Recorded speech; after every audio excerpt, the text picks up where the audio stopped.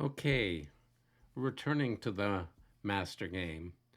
Where I led off in my last post was I was speaking that Robert de Ropp said that within the religious game, there were always some people, saints and mystics, who played by different rules and had different aims. The aim of awakening, the aim of coming to full consciousness, and people who had those aims and played by those rules were playing the master game.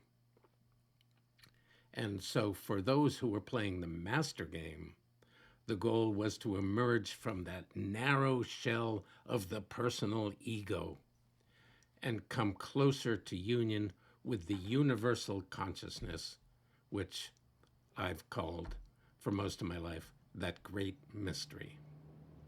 So, in primal cultures, the great mystery referred to basically the source and origin of everything.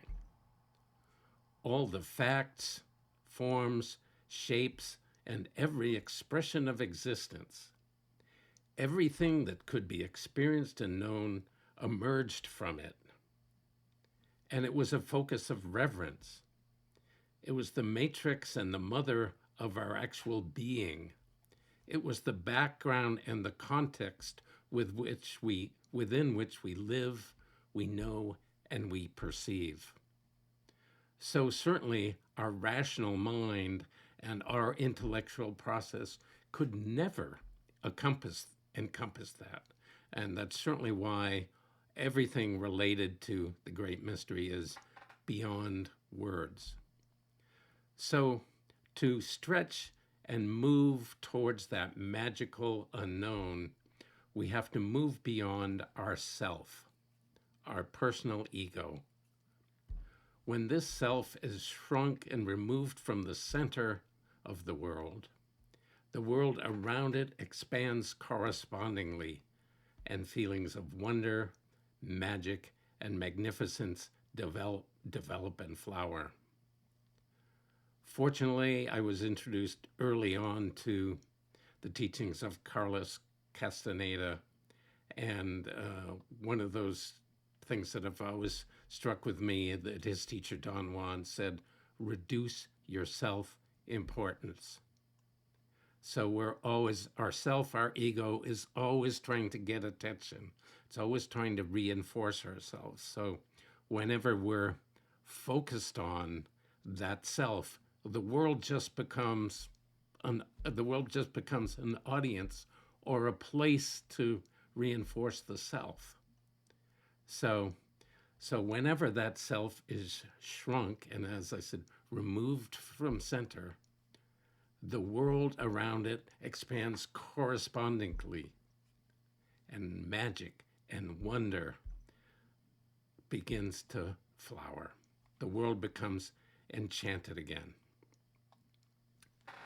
Okay, so the methods of virtually all mystical and spiritual traditions, which we could call the rules of the master game, involve forms and techniques to break the obsession and referencing of the I, the ego, and to open to the other world, that vast and unknown realm beyond the ego's borders and beyond the confined spaces we live in.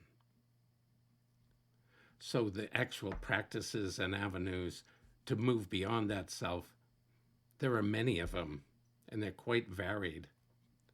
Some involve expressions of surrender, praise, gratitude, or prayer. Those are certainly common. Other methods use the physical sensory world, such as ordeals, fasting, breath work, yoga, sound.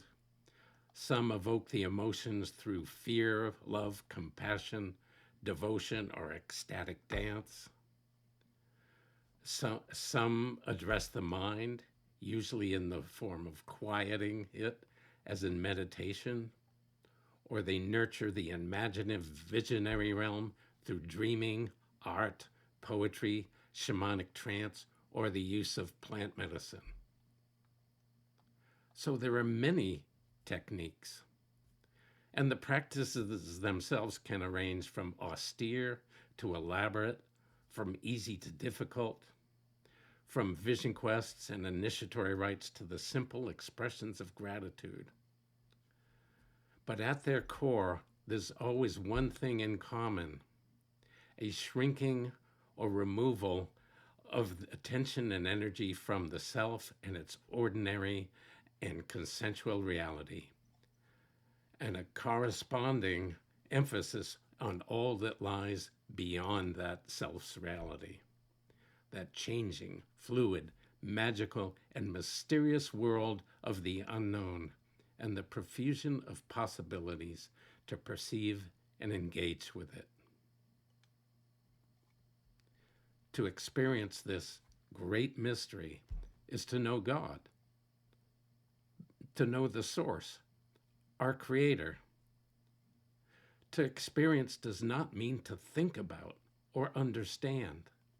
To experience means to be intimate with, and for millennia, developing a relationship of appreciation, gratitude, and respect with this unknown was the ultimate task of life. Creating, nurturing, and sustaining this relationship led to a sense of belonging and finding one's place in the universe, led to a sense of having a home. And to do so resulted in a deep feeling of peace and a sense of wonder, purpose, and connectedness with all parts of creation. Throughout history, playing the master game required a great amount of effort and discipline. But Ropp himself saw the obstacles as even greater today.